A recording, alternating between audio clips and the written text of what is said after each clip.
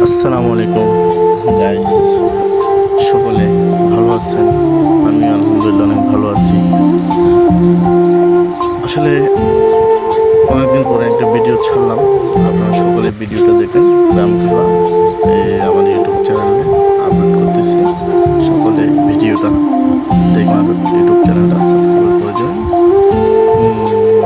ভালো লাগলে শেয়ার করবেন, ভালো না লাগলে শেয়ার করার দরকার নেই।